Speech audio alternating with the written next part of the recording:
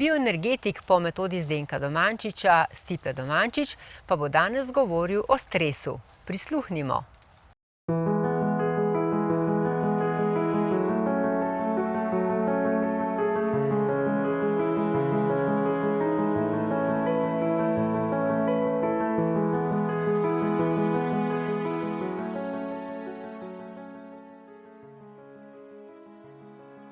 Stipe, lepo pozdravljen spet v naši oddaji.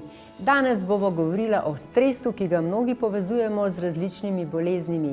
Ampak za začetek, kaj pa stres pravzaprav je? Stres je naravna reakcija našega uma in telesa na izzive in grožnje in spremembe.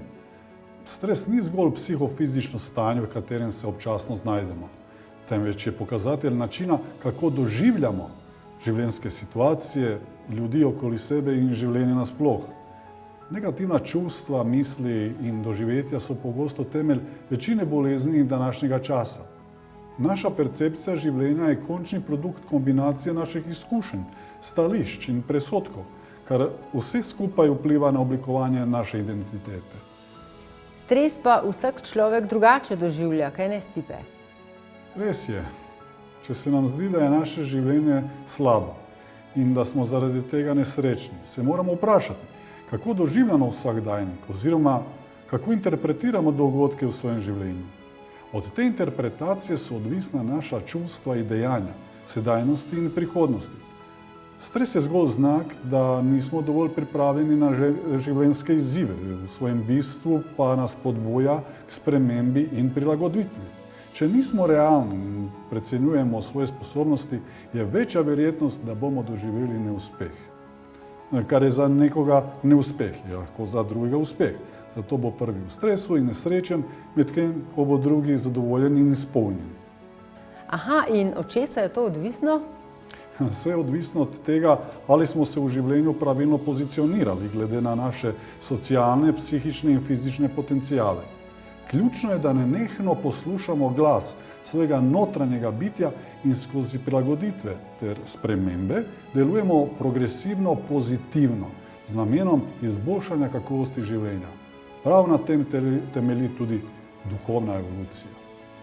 Kako pa si lahko pomagamo?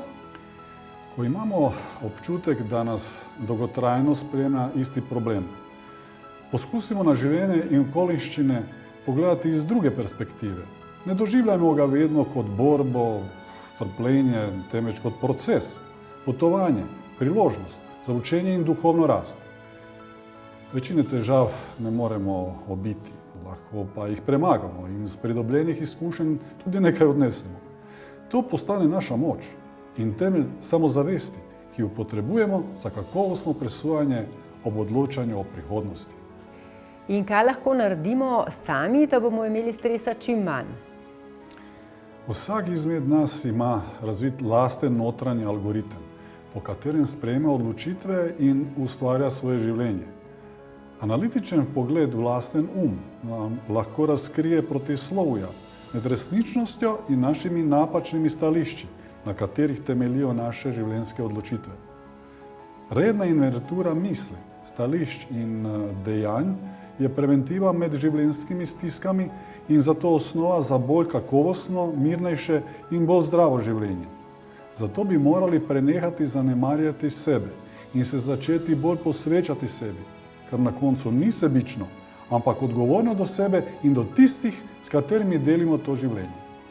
Stipe, kako pa lahko ti s tvojimi terapijami pomagaš ljudem, ki so v stresu?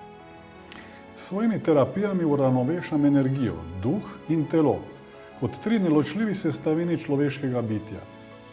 Z bioenergijo usklajuje možganske aktivnosti, ker se odraža v skladnosti mislih, čustev in dejanj v resničnem življenju. Uspešno in produktivno življenje nam prinaša mir in zadovoljstvo ter predstavlja temelj zdravja ob odsotnosti psihosomatskih in avtoimunih bolezni, ki so v današnjem času vse pogostejše. Stipe, hvala lepa tudi za danes. Hvala tebi, Nataša.